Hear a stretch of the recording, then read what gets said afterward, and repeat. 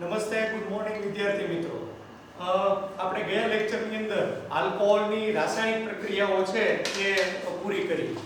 આલ્કોહોલની રાસાયણિક પ્રક્રિયાઓમાં આપણે છેલ્લે જે પ્રક્રિયા લીધી એ ઓક્સિડેશન પ્રક્રિયા હતી, જેમાં આપણે પ્રાથમિક, દ્વિતીયક અને તૃતીયક આલ્કોહોલનું ઓક્સિડેશન કેવી રીતે થાય, કયા ઓક્સિડેશન કર્તાની હાજરીમાં થાય અને એના દ્વારા કયા પ્રકારની નિપજો પ્રાપ્ત થાય એની આપણે ડિટેલમાં ચર્ચા કરી. ખાસ વિદ્યાર્થી મિત્રો, આલ્કોહોલનું ઓક્સિડેશન એ એક ખાસ અને અગત્યની પ્રક્રિયા છે. એટલે એ ખાસ કોમ્પિટિટિવ એક્ઝામમાં પણ તમને અગત્યની આ પ્રક્રિયા છે, એટલે એને વ્યવસ્થિત રીતે તૈયાર ખાસ કરવી. હમણાં ગુજરાત સરકારે પરિપત્ર મારફતે ધોરણ 10 અને ધોરણ 12 ની અંદર હવેની બોર્ડની એક્ઝામ જે તમારી હવે માર્ચમાં નહીં પણ મે ની 21 તારીખ આજુબાજુ લેવાની છે, એના સિલેબસમાં કેટલું કઢાયું, કેટલું નહીં કરવું એનું આખું ફોર્મેટ આપેલું છે. કેમેસ્ટ્રીની અંદર આપણે ઘણા ચેપ્ટરમાંથી અમુક ટોપિક એ લોકોએ કાઢી નાખ્યા છે. હવે ઘણાનો મારી ઉપર મેસેજ આવ્યો કે સાહેબ આ બધા ચેપ્ટર આપણે કરાવી દીધેલા છે પણ આમાંથી આ બધા ટોપિક કાઢી નાખ્યા છે અને હવેના જે બધા ચેપ્ટર આપણે ચલાવવાના છે એ બધા ટોપિક હવે આપણે ન કરીએ તો ચાલે. વિદ્યાર્થી મિત્રો, બોર્ડની એક્ઝામ માટે કદાચ તમે એ બધા ટોપિક ન કરો તો ચાલશે, કારણ કે એમાંથી પેપરમાં પૂછાશે નહીં. ગુજરાત બોર્ડના પેપરમાં નહીં પૂછાય, પણ જેડબલઈ અને નીટમાં તો તમારે સંપૂર્ણ 11 અને 12 સાયન્સ બે કરવું જ જરૂરી છે.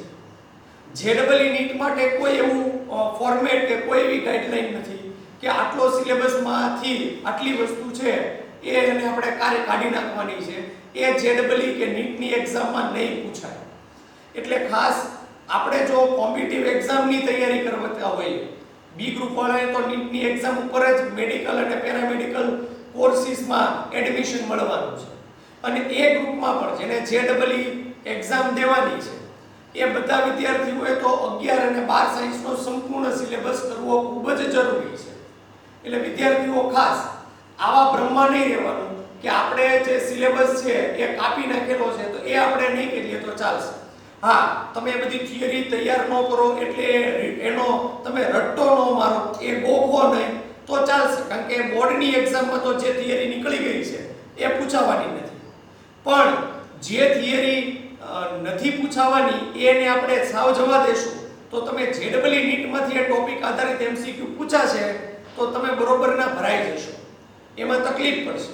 એટલે ખાસ વિદ્યાર્થી મિત્રો, હું અહીંયા આગળથી હું અને મહેશ સર લગભગ બધી જ વસ્તુ કેમેસ્ટ્રીની અંદર તમને સિલેબસમાં કરાવવાના છીએ.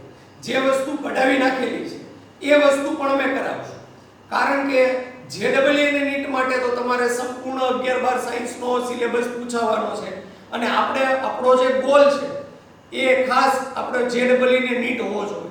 એની માટે આપણે ખાસ આટલી વસ્તુ આપણે તૈયાર કરવી પડશે. રહી વાત ગુજરાત બોર્ડની, તો જ્યારે આપણે ગુજરાત બોર્ડની તૈયારી કરશું ત્યારે ગુજરાત બોર્ડની થિયરીમાં જે થિયરી છે એ કઢાવી નાખેલી છે એને આપણે નહીં સ્પર્શ કરીએ, એ થિયરીને આપણે નહીં પાકી કરીએ. હું જ્યારે કદાચ આ દિવાળી પછી સ્કૂલ આપણી અમુક ગાઈડલાઇન્સ પ્રમાણે ચાલુ થશે તો ત્યારે આપણે ચર્ચા એ પણ કરશું કે તમારે ગુજરાત બોર્ડ માટે કયા ચેપ્ટરમાંથી કઈ થિયરી ન કરવી. તો એ બધી વસ્તુઓ છે હું કઢાવી નાખીશ, પણ હાલ પૂરતું છે એ આપણે બધું કરવું ખૂબ જ જરૂરી છે અને એ જ રીતે તૈયારી કરતા રહેજો. આપણે માઇન્ડસેટથી તૈયારી કરશું કે આટલી વસ્તુ નીકળી ગઈ છે ને આપણે હવે એ બધું નથી કરવાનું તો પરિણામે થશે એવું કે નીટ અને જેડબલઈમાં પણ એ ટોપિકને એટલું મહત્વ આપણે નહીં આપીએ. તો ખાસ આ બધી વસ્તુઓ છે એને હમણાં બાજુ પર મૂકી આપણે અત્યારે સંપૂર્ણ તૈયારી પર જ ફોકસ કરવાનું છે અને કરતા રહેવાનું છે. તો આજ આપણે જે ટોપિકની ચર્ચા કરવાની છે યુનિટ 11 માં એ છે ફિનોલની પ્રક્રિયાઓ. ફિનોલની કેટલીક રાસાયણિક પ્રક્રિયાઓ એવી છે કે જે માત્ર ફિનોલ સંયોજન જ આપે, બીજા સંયોજનો આપતા નથી. જેમ કે આપણે એક વાત કરીએ તો ફિનોલની ઇલેક્ટ્રોન અનુરાગી વિસ્થાપન પ્રક્રિયા. સૌથી પહેલા આપણે આ ફિનોલની રાસાયણિક પ્રક્રિયા છે સમજવાની છે. સૌથી પહેલી રાસાયણિક પ્રક્રિયા ફિનોલની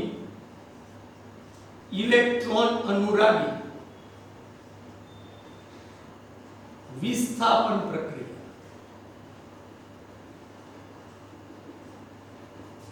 આપણે હાઇડ્રોકાર્બન ચેપ્ટરમાં જે બેન્ઝીનની અને ટોલ્યુઇનની ઇલેક્ટ્રોન અનુરાગી વિસ્થાપન પ્રક્રિયા ભણી ગયા, nitration, sulphonation, alkylation, acylation, halogenation, એ બધી ઇલેક્ટ્રોન અનુરાગી વિસ્થાપન પ્રક્રિયા આપણે ફિનોલ માટે ભણવાની છે. પણ ફિનોલમાં આપણે આ બધી જ પ્રકારની રાસાયણિક પ્રક્રિયાની સમજૂતી નથી મેળવવાની.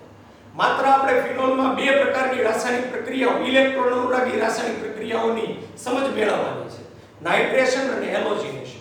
પણ એ થોડું ડિટેલમાં આપણે સમજવાનું છે, એટલે ખાસ આના ઉપર વધુ આપણે ભાર આપશું. ફિનોલની આપણે ઇલેક્ટ્રોન અનુરાગી વિસ્થાપન પ્રક્રિયા ભણીએ એ પહેલા એક બાબત આપણે જાણવી ખૂબ જરૂરી છે. ફિનોલની જે ઇલેક્ટ્રોન અનુરાગી વિસ્થાપન પ્રક્રિયા છે એ વધુ સરળતાથી થતી હોય છે. સરળતાથી થવાનું કારણ ફિનોલમાં ફિનાઇલ રિંગ સાથે જોડાયેલો OH સમૂહ એ ઇલેક્ટ્રોન અનુરાગી પ્રક્રિયકને સક્રિય બનાવે છે અને એનું વિસ્થાપન પણ ઝડપી કરે છે. તો આ રીતે ફિનોલની ઇલેક્ટ્રોન અનુરાગી વિસ્થાપન પ્રક્રિયામાં જે ફિનાઇલ રિંગ સાથે OH સમૂહ જોડાયેલો છે એ ઇલેક્ટ્રોન અનુરાગી વિસ્થાપન સરળ બનાવે છે. ફિનોલમાં રહેલ OH સમૂહ ઇલેક્ટ્રોન અનુરાગી પ્રક્રિયકને સરળતાથી વિસ્થાપિત કરે છે, એટલે એને સરળતાથી ફિનાઇલ રિંગ સાથે જોડે છે. એટલા માટે ફિનોલની ઇલેક્ટ્રોન અનુરાગી વિસ્થાપન પ્રક્રિયા પ્રમાણમાં ખૂબ જ સરળતાથી થતી હોય છે અને નીચા તાપમાને થતી હોય છે. ફિનોલમાં આપણે જ્યારે ઇલેક્ટ્રોન અનુરાગી વિસ્થાપન પ્રક્રિયા ભણીએ તો પહેલા આપણને એ ખબર હોવો જોઈએ, એક તો ફિનોલમાં એક તો વિસ્થાપિત સમૂહ જોડાયેલો છે OH સમૂહ.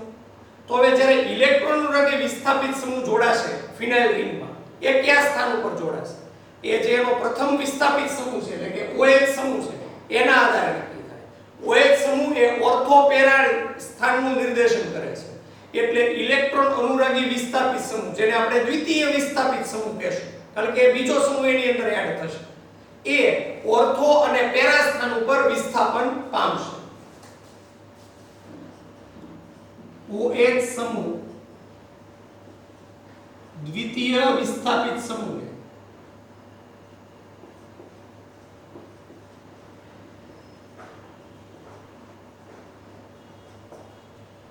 ઓર્થો અને પેરા સ્થાન પર વિસ્થાપિત કરશે. ઇલેક્ટ્રોન અનુરાગી સમૂહો એ ઓછા ઇલેક્ટ્રોન એટલે કે ઓછો ઋણ વીજભાર ધરાવતા હોય, એટલા માટે એમ કહી શકાય કે એ ઋણ વીજભાર તરફ વધુ આકર્ષિત રહેતા હોય, એટલે નામ પડ્યું છે ઇલેક્ટ્રોન અનુરાગી. જેને ઋણ વીજભાર તરફ અનુરાગ હોય, આકર્ષણ હોય. ફિનોલની આપણે ફિનોલમાં આપણે એસિડિકતા ભણી છે. એ એસિડિકતામાં આપણે ફિનોલની ના સંસ્પંદન બંધારણો જોયા. મેં બધા સંસ્પંદન બંધારણો કરાવ્યા છે. એ નોટ્સ કાઢીને જોજો તો તમને ખ્યાલ આવશે કે ફિનોલમાં જે બીજો, ચોથો અને જે છઠ્ઠું સ્થાન છે ત્યાં ઇલેક્ટ્રોનની ડેન્સિટી એટલે કે ઇલેક્ટ્રોનની ઘનતા વધુ છે. જેના કારણે બીજું, ચોથું અને છઠ્ઠું સ્થાન એટલે ઓર્થો પેરા સ્થાન, ત્યાં આગળ ઇલેક્ટ્રોન અનુરાગી વિસ્થાપન થવાનું પ્રમાણ એ વધી જતું હોય છે. એટલા માટે ફિનોલમાં વિસ્થાપન છે એ આપણે ઓર્થો અને પેરા સ્થાન ઉપર કરશું. સૌથી પહેલા આપણે ચર્ચા કરીએ ફિનોલનું નાઇટ્રેશન.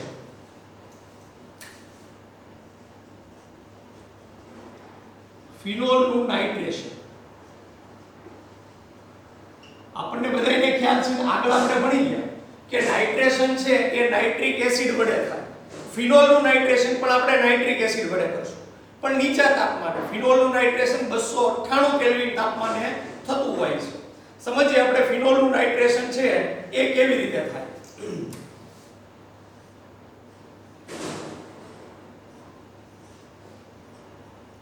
ફિનોલ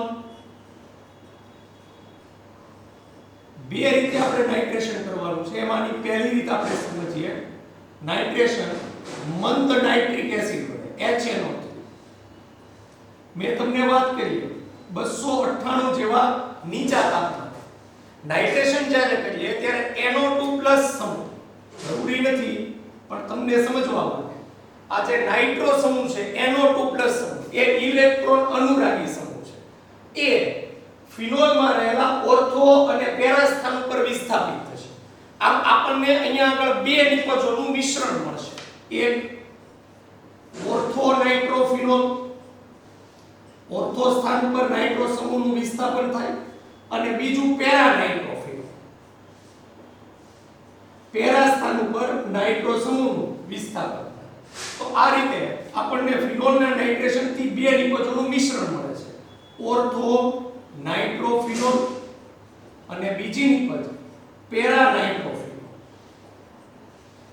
હવે અહીંયા એક ખૂબ જ અગત્યની બાબત આપેલી છે જે ધ્યાનમાં લેવા જેવી કરી. આ તો ઈઝી વસ્તુ છે. નાઇટ્રેશન તો આપણે બેન્ઝીન અને ટોલ્યુઈન નું પણ શીખી ગયા. એ જ રીતે ફિનોલનું નાઇટ્રેશન. પણ ફિનોલના નાઇટ્રેશન દ્વારા બે નિપજોનું જે મિશ્રણ કર્યું ઓર્થો અને પેરા નાઇટ્રોફિનોલ, એ બંને નિપજોને એકબીજાથી જુદી કરવી હોય, એનું અલગીકરણ કરવું હોય, તો એની વરાળ દ્વારા આપણે અલગીકરણ કરી શકીએ છીએ. વરાળ દ્વારા આપણે આ બંનેનું ખાસ પ્રકારે જે બાષ્પશીલતાનો જે પ્રમાણ છે એના આધારે આપણે બંનેને અલગીકૃત કરી શકીએ છીએ. આમાં એક કોન્સેપ્ટ રહેલો છે. કોન્સેપ્ટ આપણે ખાસ ધ્યાનમાં લેવો ખૂબ જ જરૂરી છે. ઓર્થો અને પેરા નિપજોને વરાળ મારફતે બાષ્પશીલતાને આધારે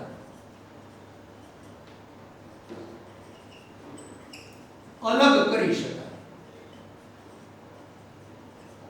સૌથી પહેલા આ બંનેની બાષ્પશીલતા એકબીજાથી જુદી છે.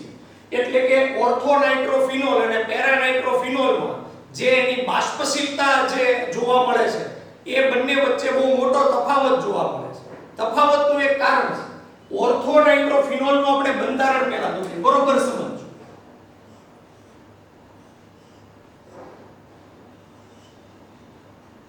N પહેલા આપણે નાઇટ્રો સમૂહ યાદ N double bond O O minus. Nitro સમૂહમાં એક ઓક્સિજન ઋણ વીજભારી.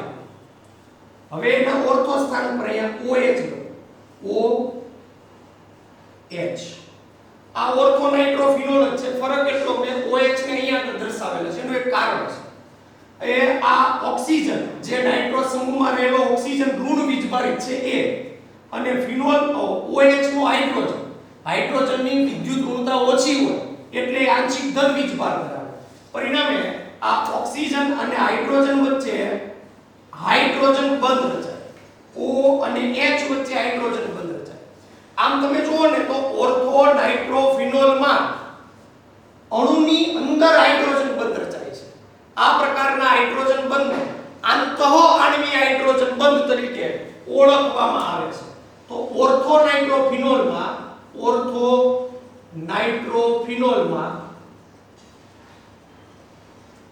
આંતઃઆણ્વીય હાઇડ્રોજન બંધ રચાય છે. આ આંતઃઆણ્વીય હાઇડ્રોજન બંધના કારણે ઓર્થો નાઇટ્રોફિનોલની બાષ્પશીલતા છે એ વધી જાય છે. કારણ કે જો આંતરાણવીય હાઇડ્રોજન બંધ હોય ને અણુ વચ્ચેનો હાઇડ્રોજન બંધ, તો એનું ઉત્કલન બિંદુ વધી જાય.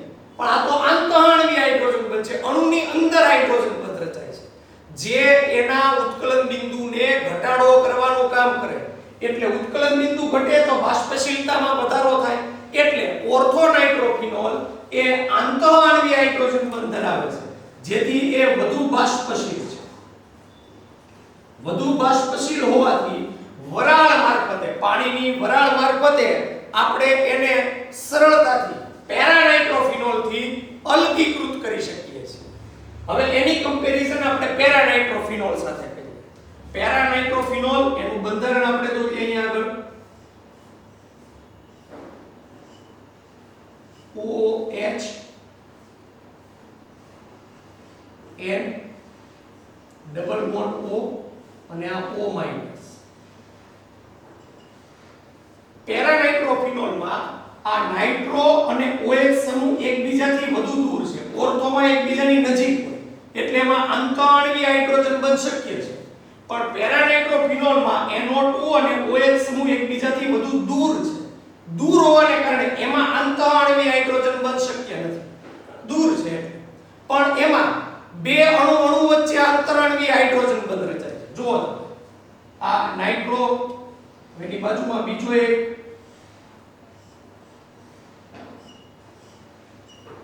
OH N double bond O minus. તો અહીંયા આગળ એક અણુનો ઓક્સિજન NO2 નો ઓક્સિજન અને બીજા અણુનો હાઇડ્રોજન એની વચ્ચે આંતરઆણ્વીય હાઇડ્રોજન બંધ રચાય છે. તો પેરાનાઇટ્રોફિનોલમાં અણુ વચ્ચે હાઇડ્રોજન બંધ રચાય છે, જેને આંતરઆણ્વીય હાઇડ્રોજન બંધ તરીકે ઓળખવામાં આવે છે. પેરાનાઇટ્રોફિનોલમાં આંતરઆણ્વીય હાઇડ્રોજન, જેના કારણે તેની બાષ્પશીલતા છે એ ઓર્થોનાઇટ્રોફિનોલ કરતા ઓછી થઈ જાય છે, જેથી એ ઓછું બાષ્પશીલ છે, આ વધુ બાષ્પશીલ છે. વરાળ મારફતે વધુ બાષ્પશીલ ઓર્થોનાઇટ્રોફિનોલને આપણે અલગ કરી શકીએ. પેરાનાઇટ્રોફિનોલ છે એ ઓછું બાષ્પશીલ હોવાથી એ બાષ્પીભવન થઈ શકતું નથી ને એ રીતે આપણે બંનેને અલગીકૃત કરી શકીએ છીએ. તો આ રીતે ઓર્થો અને પેરાનાઇટ્રોફિનોલમાં આ કયા પ્રકારનું બંધ રચાય છે યાદ રાખવાનું છે. ઓર્થોનાઇટ્રોફિનોલમાં આંતરઆણ્વીય હાઇડ્રોજન બંધ અને પેરાનાઇટ્રોફિનોલમાં આંતરઆણ્વીય હાઇડ્રોજન બંધ રચાય છે. તો એના કારણે એની બાષ્પશીલતા એકબીજાથી જુદી પડતી જોવા મળે છે. તો આ એક કોન્સેપ્ટ બહુ અગત્યનો, એને આપણે યાદ રાખવાનો છે. તો ફિનોલનું નાઇટ્રેશન આપણે મંદ નાઇટ્રિક એસિડ અને નીચા તાપમાને 298 કેલ્વિન જેટલા નીચા તાપમાને આપણે કરીએ. હવે ફિનોલનું નાઇટ્રેશન આપણે સાંદ્ર નાઇટ્રિક એસિડ વડે પણ કરી શકીએ છીએ. સાંદ્ર HNO2 થોડી પ્રબળ પરિસ્થિતિ લીધી. જ્યારે ફિનોલનું નાઇટ્રેશન આપણે પ્રબળ પરિસ્થિતિ સાંદ્ર નાઇટ્રિક એસિડ વડે કરીએ તો એનું વધુ પ્રમાણમાં નાઇટ્રેશન થાય. એટલે ફિનોલમાં બીજા, ચોથા અને છઠ્ઠા સ્થાન, જેનું O2 ઓર્થો ને એક પેરા સ્થાન છે, ત્યાં નાઇટ્રો સમૂહ છે એ વિસ્થાપિત થશે. OH આ બીજા સ્થાન ઉપર NO2, ચોથા સ્થાન ઉપર NO2 અને છઠ્ઠા સ્થાન ઉપર નાઇટ્રો સમૂહ જોડાશે. આ જે નિપજ મળે એને આપણે IUPAC નામથી નામાંકિત કરી દઈએ. તો તમે જો બીજા, ચોથા અને છઠ્ઠા સ્થાન ઉપર નાઇટ્રો, કુલ 3 નાઇટ્રો સમૂહ એટલે 2 4 6 ટ્રાય નાઇટ્રો ફિનોલ મળે છે. આ 2 4 6 ટ્રાય નાઇટ્રો ફિનોલનું પ્રચલિત નામ છે પિક્રિક એસિડ. બહુ અગત્યનો પ્રશ્ન છે, આને બરોબર વ્યવસ્થિત યાદ રાખજો. કોમ્પિટિટિવ એક્ઝામમાં પૂછાય પિક્રિક એસિડનું બંધારણ, પિક્રિક એસિડનું IUPAC નામ અથવા પિક્રિક એસિડની બનાવટ સમજાવો. તો ત્યાં આગળ એમ ન થાય કે પિક્રિક એસિડની બનાવટ તો આપણે આવી જ નથી. ફિનોલના સાંદ્ર નાઇટ્રિક એસિડ વડે નાઇટ્રેશન કરવાથી આપણને પિક્રિક એસિડ મળે છે, જેનું IUPAC નામ છે 2 4 6 ટ્રાઇનાઇટ્રો ફિનોલ અને એનું બંધારણ તમારી સમક્ષ છે. તો આ રીતે આપણે ફિનોલનું સાંદ્ર નાઇટ્રિક એસિડ વડે નાઇટ્રેશન કરીએ તો 3 નાઇટ્રો સમૂહ એની સાથે જોડાય, વધુ નાઇટ્રેશન થાય અને આપણને પિક્રિક એસિડ મળે છે. ફિનોલનું નાઇટ્રેશન એક બીજી રીતે પણ થાય અને પિક્રિક એસિડ મેળવી શકાય, પણ એની રાસાયણિક પ્રક્રિયા ટેક્સ્ટ બુકમાં આપેલી નથી, એટલી જરૂરી નથી એટલે નથી કરાવતો. પણ ફિનોલનું આપણે પહેલા સલ્ફોનેશન કરીએ. સલ્ફોનેશન કરીએ એટલે સલ્ફો સમૂહ એની સાથે જોડાય, બીજા અને ચોથા સ્થાન પર સલ્ફો જોડાય, આમ આપણને ફિનોલ 2 4 ડાયસલ્ફોનિક એસિડ મળે. એનું ત્યાર પછી આપણે નાઇટ્રિક એસિડ વડે નાઇટ્રેશન કરીએ તો પિક્રિક એસિડ મળે છે. પણ એટલું અગત્યનું નથી એટલે આપણે એની રાસાયણિક પ્રક્રિયા એટલી અગત્યની ન હોવાને કારણે જવા દઈએ. એ મેં તમને જે થિયરીમાં આપેલું છે થોડીક મેં ચર્ચા કરી. તો આ આપણે વાત કરી ફિનોલના નાઇટ્રેશન. હવે આપણે ઇલેક્ટ્રોન અનુરાગી વિસ્થાપન પ્રક્રિયામાં જે બીજી પ્રક્રિયા છે એ આપણે સમજીએ. એ છે ફિનોલનું હેલોજિનેશન. આ પણ એટલી જ અગત્યની પ્રક્રિયા છે.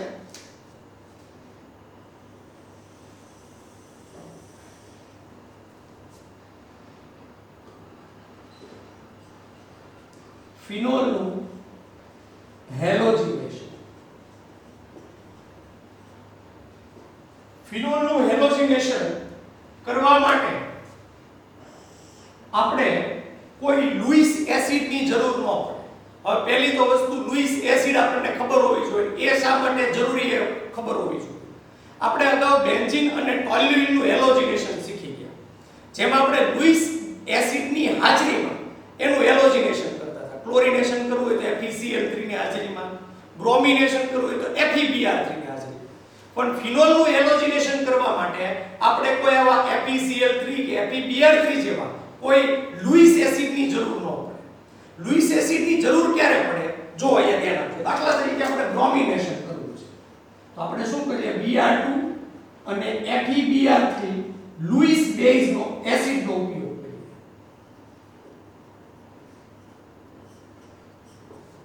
આમાં શું થશે? જે બ્રોમિન છે એનું ધ્રુવીભવન થશે.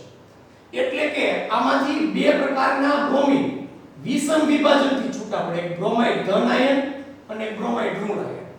જે બ્રોમાઇડ ઋણ આયન છે એ લુઈસ એસિડની સાથે ઇલેક્ટ્રોન આપીને, આપણે અગાઉ ભણી ગયા લુઈસ એસિડ બેઝ સિદ્ધાંત, જેમાં લુઈસ બેઝ છે એ ઇલેક્ટ્રોન યુગ્મનું દાન કરે. આ બ્રોમિન પર, બ્રોમાઇડ આયન પર વધુ ઇલેક્ટ્રોન યુગ્મ હોય એટલે FeBr3 ને ઇલેક્ટ્રોન યુગ્મનું દાન કરી FeBr4 માઈનસ આયનમાં રૂપાંતર કરશે.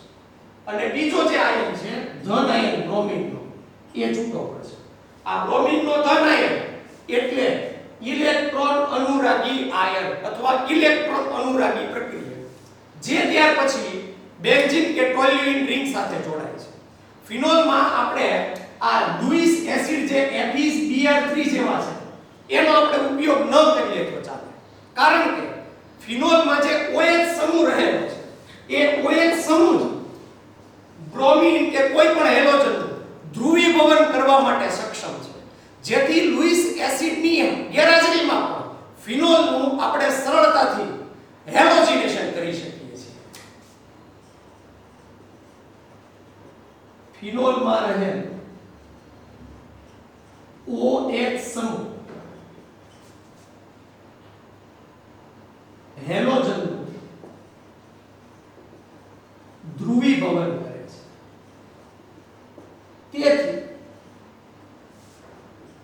FeBr3 જેવા લુઈસ એસિડની જરૂર રહેતી નથી. તો એટલા માટે બેન્ઝીન અને ટોલ્યુઈનના હેલોજિનેશન કરતા ફિનોલનું હેલોજિનેશન આ એક બાબતે જુદું પડે છે. હા, વિસ્થાપન તો ઓર્થો પેરા સ્થાન ઉપર જ થશે, કારણ કે OH સમૂહ જે ફિનોલમાં રહેલો છે એ ઓર્થો પેરા સ્થાન ઉપર જ હેલોજનનું વિસ્થાપન થશે. આપણે આમાં બ્રોમિનેશન ભણવાનું છે. હેલોજિનેશનમાં બ્રોમિનેશન બે રીતે ફિનોલનું હેલોજિનેશન થઈ શકે છે. સૌથી પહેલા આપણે પહેલી રીત સમજીએ. ફિનોલ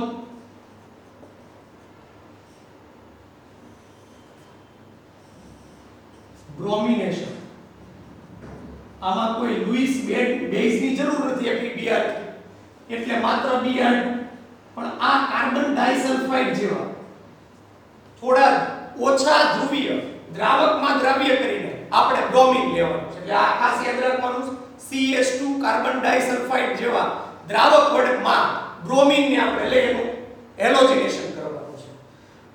બ્રોમિન છે ઓર્થો અને પેરા સ્થાન પર જોડાશે. આપણને બે નિપજોનું મિશ્રણ મળશે. એક ઓર્થો સ્થાન પર બ્રોમિન જોડાય એટલે ઓર્થો બ્રોમોફિનોલ, અને બીજું પેરા સ્થાન પર બ્રોમિન જોડાય એટલે પેરા બ્રોમોફિનોલ. પેરા બ્રોમોફિનોલ. અહીંયા એક વિદ્યાર્થી મિત્રો ખાસ અગત્યની બાબત, જે ઓર્થો બ્રોમોફિનોલ છે એ ઓછા પ્રમાણમાં મળે, જ્યારે પેરા બ્રોમોફિનોલ છે એ વધુ પ્રમાણમાં મળે, એટલે મુખ્ય નિપજ તરીકે આપણને મળતું હોય છે. કારણ છે આમાં ઓર્થો સ્થાન પર OH અને Br, OH પણ મોટો સમૂહ, ઓક્સિજન અને હાઇડ્રોજન રહેલો, અને બ્રોમિન પણ મોટો પરમાણુ સમૂહ છે. ફ્લોરિન, ક્લોરિન અને પછી બ્રોમિન આવે. સમૂહમાં આપણે જઈએ, સમૂહમાં ઉપરથી નીચે તરફ આવો તમે એમ પરમાણુનું કદ વધતું જાય, એટલે બ્રોમિનનું કદ વધુ છે. તો આના કારણે થઈને આ બંને વચ્ચે અપાકર્ષણ વધી જાય છે, અને આના કારણે થઈને ઓર્થોબ્રોમોફિનોલ છે એ ઓછું સ્ટેબલ હોવાને કારણે ઓછા પ્રમાણમાં હોય. જ્યારે પેરા સ્થાન પર બ્રોમિન હોય તો બંને વચ્ચે અંતર વધી જાય છે. અપાકર્ષણ ઘટવાથી પરિણામે પેરાબ્રોમોફિનોલ જે વધુ સ્થાયી હોવાથી એ આપણને વધુ પ્રમાણમાં મુખ્ય નિપજ સ્વરૂપે મળતું હોય છે. તો આ પણ એક વસ્તુ તમારે યાદ રાખવા છે. આગળ આપણે વાત કરીએ ફિનોલનું એક બીજી રીતે પણ સીધું આપણે બ્રોમિનેશન કરી શકીએ છીએ. Br2 3 મોલ બ્રોમિન ના લેવાના. બીજા, ચોથા અને છઠ્ઠા સ્થાન પર એનું વિસ્થાપન થશે. OH અહીંથી બીજા સ્થાન પરથી એક હાઇડ્રોજન અને એક બ્રોમિન, ચોથા સ્થાન પરથી એક હાઇડ્રોજન અને એક બ્રોમિન, અને છઠ્ઠા સ્થાન પરથી એક હાઇડ્રોજન છે એ દૂર થઈ અને અહીંથી એક બ્રોમિન દૂર થઈ ટોટલ 3 HBr દૂર થઈ જશે. એટલે મેં 3 Br2 લખ્યા છે. ટોટલ 6 બ્રોમિનના પરમાણુ હતા, 3 HBr દૂર થઈ ગયા. બીજા, ચોથા અને છઠ્ઠા સ્થાન પરથી હાઇડ્રોજન દૂર થયા એટલે ત્યાં સંયોજકતા ખાલી. બાકીના જે 3 હવે બ્રોમિનના પરમાણુ હતા એ બીજા, ચોથા અને છઠ્ઠા સ્થાન પર જોડાઈ જશે. આમ આપણને જે નિપજ મળશે એ બીજા, ચોથા અને છઠ્ઠા સ્થાન પર બ્રોમિન જોડાવાથી નિપજ મળશે, જેને આપણે બોલી શકીએ 2 4 6 ટ્રાઇબ્રોમોફિનોલ. 3 બ્રોમિન છે એટલે ટ્રાઇબ્રોમોફિનોલ, જે આપણને સફેદ અવક્ષેપ સ્વરૂપે મળે છે. તો આ રીતે આપણે ફિનોલનું હેલોજિનેશન છે એ આ પ્રમાણે કરી શકીએ છીએ. તો ફિનોલની આપણે બે ઇલેક્ટ્રોન અનુરાગી વિસ્થાપન પ્રક્રિયા ભણવાની હતી. એક નાઇટ્રેશન પ્રક્રિયા, બીજી હેલોજિનેશન, જેમાં આપણે બ્રોમિનેશન કર્યા. બે અગત્યના આ એમસીક્યુ એકવાર કોમ્પિટિટિવ એક્ઝામમાં પૂછાઈ ગયો છે. આઈ થિંક ગુજસેટમાં કે નીટમાં, એટલે આ ખાસ તૈયાર કરજો. કાર્બન ડાઇસલ્ફાઇડ વડે બ્રોમિનેશન કરીએ તો ઓર્થો અને પેરા નિપજો મળે, અને ખાલી સીધું બ્રોમિનેશન કરો તો 2,4,6 ટ્રાઇબ્રોમોફિનોલ મળે. એટલે જો અહીંયા કન્ડિશન બદલાય છે, નિપજો બદલાય છે, એ ખાસ યાદ રાખવા જેવું છે. તો એ યાદ રાખવાની ખૂબ જ જરૂર છે. તો આપણે ફિનોલનું હેલોજિનેશન છે એ ભણ્યા. ત્યાર પછી ફિનોલની ઇલેક્ટ્રોન અનુરાગી વિસ્થાપન પ્રક્રિયા અહીંયા આગળ પૂરી થાય છે. આપણે બે જ પ્રક્રિયાઓ ભણવાની હતી. એના પછીની ફિનોલની જે પ્રક્રિયાઓ છે એના ઉપર આપણે ચર્ચા કરીએ. તો બીજી પ્રક્રિયા છે કોલ્બે પ્રક્રિયા છે.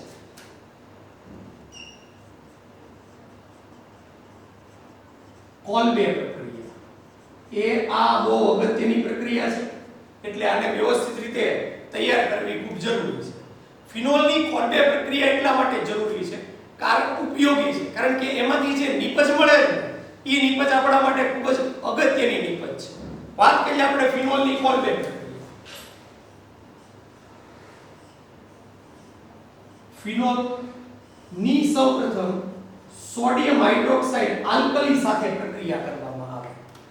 પ્રક્રિયા કરતા આપણે અગાઉ આ પ્રક્રિયા આવી ગઈ છે ડાવ પદ્ધતિ, H અને OH -H2O દૂર થાય, સોડિયમ નો ધન આયન અહીંયા ફિનોક્સાઇડ આયન સાથે જોડાય.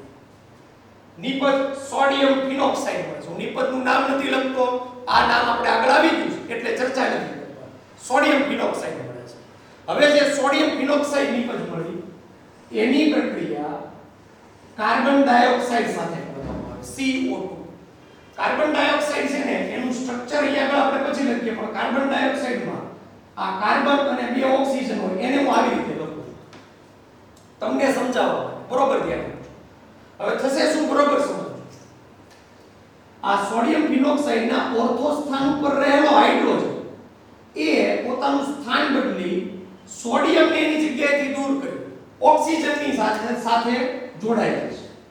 એટલે પહેલા તો OH બનશે અને ઓર્થો સ્થાન ઉપરથી હાઇડ્રોજન દૂર થયો એટલે ઓર્થો સ્થાન ઉપર સંયોજકતા ઘટી.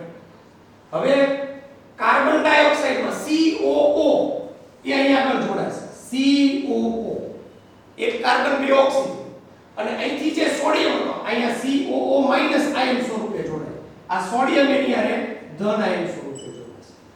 આ રીતે સૌપ્રથમ આપણને નિપજ મળશે.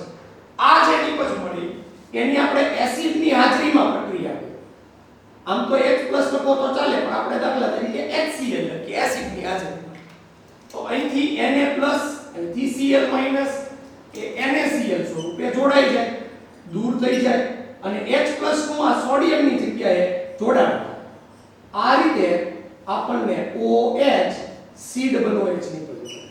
નામ તો સુના હોગા, આનું નામ તો તમને ખ્યાલ જ છે, આપણે આગળ આની વાત કરી ચૂક્યા છીએ. સેલિસિલિક એસિડ મળે છે, જે ખૂબ જ અગત્યનો પદાર્થ છે, એની અગાઉ આપણે ચર્ચા કરી ચૂક્યા છીએ. તો આ રીતે કોલ્બે પ્રક્રિયા દ્વારા ફિનોલમાંથી આપણે સેલિસિલિક એસિડ જેવો ખૂબ જ અગત્યનો પદાર્થ મેળવી શકીએ છીએ. તો ફિનોલની બીજી પ્રક્રિયા કોલ્બે પ્રક્રિયા. ત્રીજી પ્રક્રિયા આપણે વાત કરીએ ફિનોલની, એ છે રીમર-ટીમાન પ્રક્રિયા. રીમર-ટીમાન પ્રક્રિયા. આ બધી પ્રક્રિયાઓને નેમ રિએક્શન તરીકે ઓળખવામાં આવે.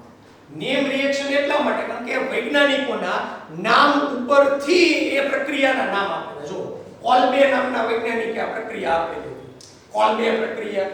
આ રીમર-ટીમાન નામના વૈજ્ઞાનિકે આપેલી છે રીમર-ટીમાન પ્રક્રિયા, એટલે એને નેમ રિએક્શન તરીકે ઓળખવામાં આવે. તો એ બધી પ્રક્રિયાઓને તમારે યાદ રાખવી ખૂબ જ જરૂરી છે. છેલ્લે આપણે નેમ રિએક્શન પ્રક્રિયાઓ જેટલી ઓર્ગેનિક કેમિસ્ટ્રીમાં આવે છે એનું એક અલગથી મટીરીયલ પણ તમને આપશું, જેથી એ બધી નેમ રિએક્શન તમને આવડે. તો રીમર-ટીમાન પ્રક્રિયા ફિનોલથી શરૂઆત કરવાની છે, ફિનોલની જ પ્રક્રિયા છે, એટલે ફિનોલ શરૂઆતનો જે પહેલો તબક્કો છે એ કોલ્બે પ્રક્રિયા જેવો જ છે, NaOH. આ જ રીતે પેલા સોડિયમ ફિનોક્સાઇડ માં રૂપાંતર પામે એટલે એ લખી નાખો O Na સોડિયમ ફિનોક્સાઇડ. હવે એક મહત્વની વસ્તુ, સાથે આ પ્રક્રિયા CHCl3 ક્લોરોફોર્મ વડે કરવામાં આવે છે. CHCl3 ક્લોરોફોર્મ, આપણે આગળ આનું નામ આવી ચૂક્યું છે. હવે આ જે ઓર્થો સ્થાન છે ને એના ઉપરનો એક હાઇડ્રોજન અને અહીંથી એક ક્લોરીન એ દૂર થઈ જશે. આ ઓર્થો સ્થાન ઉપરનો હાઇડ્રોજન અને CHCl3 નો એક ક્લોરીન -HCl સ્વરૂપે દૂર થઈ જશે. એટલે અહીંયા ઓર્થો સ્થાન ઉપર સંયોજકતા ઘટી. અહીંથી એક ક્લોરીન દૂર થયો એટલે CHCl2 એની પણ એક સંયોજકતા ઘટી. એ અહીંયા આગળ જોડાઈ જશે CHCl2. આપણને આવું મધ્યવર્તી સંયોજન મળે, મધ્યવર્તી નિપજ મળશે. આ જે મધ્યવર્તી નિપજ મળે એની ફરી પાછી આલ્કલી સાથે પ્રક્રિયા કરવાની. આલ્કલી એટલે NaOH. બે ક્લોરીન છે ને એટલે આપણે બે NaOH કહીશું. કારણ કે આપણે આ ક્લોરીનને દૂર કરવાના છે ભાઈ. આ બે ક્લોરીન અહીંથી બે સોડિયમ -2 NaCl દૂર થઈ જશે. બીજી મહત્વની બે NaOH લીધા હતા એટલે જો ધ્યાન આપજો, બે હાઇડ્રોજન બાકી છે, બે ઓક્સિજન બાકી છે. આમાંથી આપણે બે હાઇડ્રોજન અને એક ઓક્સિજનને અલગ કરીએ. બે હાઇડ્રોજન એક ઓક્સિજન એટલે -H2O દૂર થાય. બે ઓક્સિજન હતા ને એમાંથી એક ઓક્સિજન પાણી સ્વરૂપે દૂર થઈ ગયું. હવે જે એક ઓક્સિજન વધ્યો એ આ CH સાથે જોડાય છે.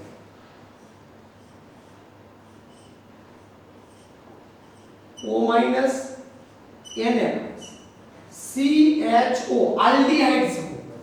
અહીંથી બે ક્લોરીન દૂર થયા એટલે આ કાર્બનની બે સંયોજકતા ઘટી. એ બે સંયોજકતાની પૂર્તતા કરવા જે ઓક્સિજન એક અહીં આગળથી વધ્યો તો એ આ કાર્બન આરે દ્વિબંધી જોડાય CHO આલ્ડીહાઇડ સમૂહ. પ્રક્રિયા જે પૂરી નથી થઈ. અહીંથી હવે સોડિયમને આપણે દૂર કરવાનું. તો આગળ આપણે વાત કરીએ એની એસિડ આરે પ્રક્રિયા કરી નાખીએ. એટલે અહીંથી Na અહીંથી Cl NaCl સ્વરૂપે દૂર થઈ જશે અને આપણને નિપજ સ્વરૂપે OH CHO આ મળે છે. બંને નિપજોમાં એક વસ્તુનો ફેર છે. જો કોલ્બે પ્રક્રિયામાં અને આ રીમર-ટીમાન બેમાં OH સમૂહ તો છે, બીજો સમૂહ એમાં ડિફરન્સ. અહીંયા કાર્બોક્સિલિક એસિડ છે અને અહીંયા આલ્ડીહાઇડ છે. એટલે આનું નામ સેલિસિલિક એસિડ પડ્યું. કાર્બોક્સિલિક એસિડ છે ને એટલે આમાં આલ્ડીહાઇડ છે એટલે આને બોલાય સેલિસાલ્ડીહાઇડ.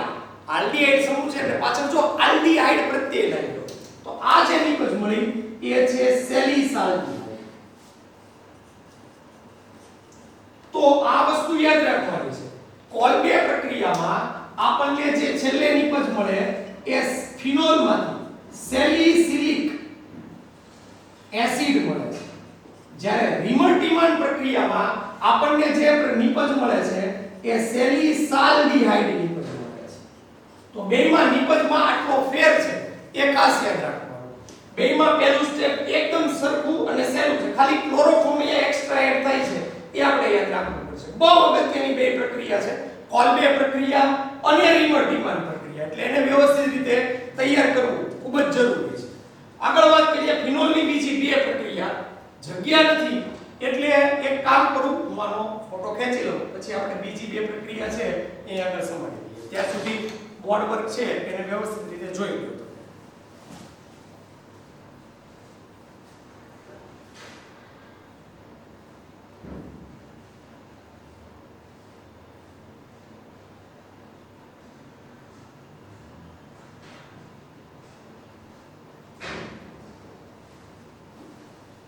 ओके, तो ब्रेक के बाद फिर मिलेंगे. પાછા મળીએ આપણે. છેલ્લી બે પ્રક્રિયાઓ બહુ સહેલી પ્રક્રિયાઓ છે.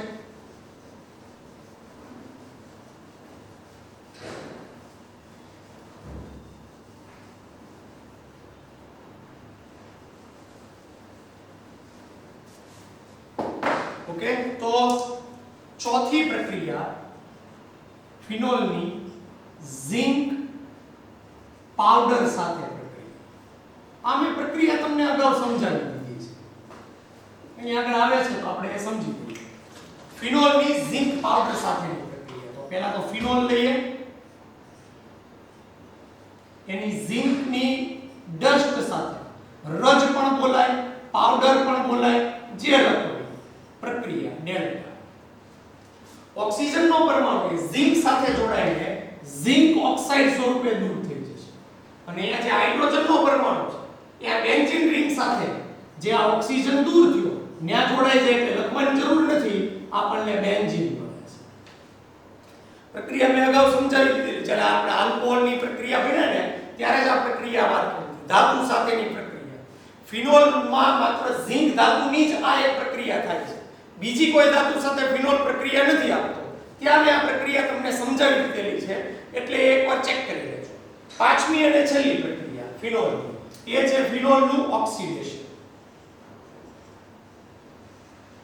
આપણે આલ્કોહોલનું ઓક્સિડેશન ભણી ગયા, ફિનોલનું ઓક્સિડેશન બહુ સિમ્પલ અને એકદમ સહેલું છે. ફિનોલ એનું આપણે જ્યારે ઓક્સિડેશન કરવું હોય તો આલ્કોહોલમાં જે ઓક્સિડેશન કરતાનો ઉપયોગ કરતા હતા સોડિયમ ડાઇક્રોમેટ, એ જ રીતે ફિનોલમાં પણ એ જ ઓક્સિડેશન કરતાનો ઉપયોગ કરવાનો છે. Na2Cr2O7 પ્લસ એસિડની હાજરી એટલે સલ્ફ્યુરિક એસિડ. ઓક્સિડેશન કરશું ને એટલે ફિનોલમાં આ જે પહેલું સ્થાન છે એ અને ચોથું સ્થાન છે ત્યાં બંને જગ્યાએ ઓક્સિજનનો પરમાણુ દ્વિબંધથી જોડાશે, પણ અંદરના બેન્ઝીન વલયના દ્વિબંધમાં થોડો ફેરફાર થશે. જોજો,